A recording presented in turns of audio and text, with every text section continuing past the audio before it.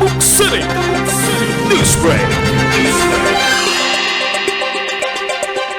Pumapala si Mayor Darwin Estraniero sa mga motoristang huwag magmaneho kung wala pang lisensya bilang pagtupad sa batas trapiko at maiwasan ang mga aksidente sa mga lansangan ng lungsod na kinasasangkutan ng mga wala pang wastong kakayahan sa pagmamaneho. Buod ng ganyang mensahe sa nakaraang flag raising ceremony ng pamahalang lungsod ng Tabuk noong Marso 2, ang pagbabala sa mga motoristang menor de edad, lalo na sa mga magulang ng mga ito, sa istriktong pagtugon sa pagbabawal ng pagmamaneho ng mga walang lisensya para sa kaligtasan ng mga bumabaybay at naglalakad sa mga lansangan.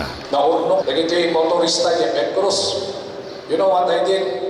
Kinasaok kami, nagito yung pinaunong ko, pinayamak kami sundan yung checkpoint. Dinamag ko ngayon yung problema, awan di lisensya. Agpas pasada lang ang kolorong. So yung walang kanya da kayong uping, awan di lisensya na, mabalik yung may palot, nag-anak yun. Lalo ng mga disgrasya, da kayo ng kolorong, nagtal di responsibilidad. So, basta ako pag nagito yung duman, kagawa na talaga, nagito yung uping. Nag-uping na ngayon nga, awan di lisensya na. So nga, awan, ulay na ti kastal iti PNP, no nagiti naganak na talaga. Ang napamamat nga itulong may nga, drive nagiti anak na nga, awan ti lisensya.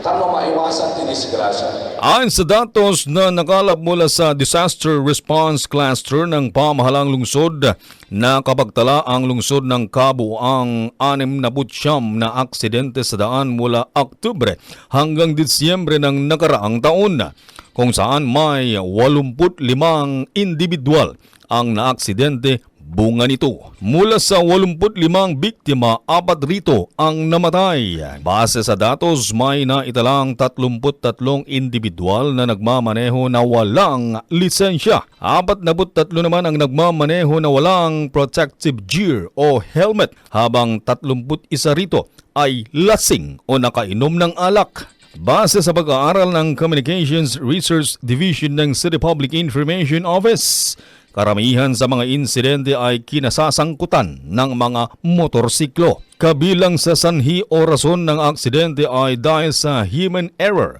o pagkakamali ng nagmamaneho, tulad ng pagkalasing o nakainom, pagkakapabaya o hindi iniintindi ang pagmamaneho, mabilis na pagmamaneho, maling pagliko, hindi nag-iingat at nagsarili.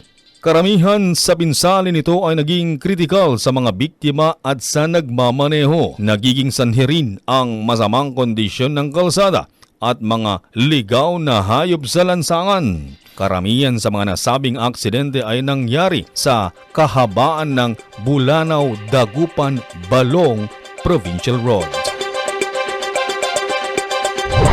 At yan ang balita para sa oras na ito. Ako po si Reddy Retotal. Tabuk City Newsbreak.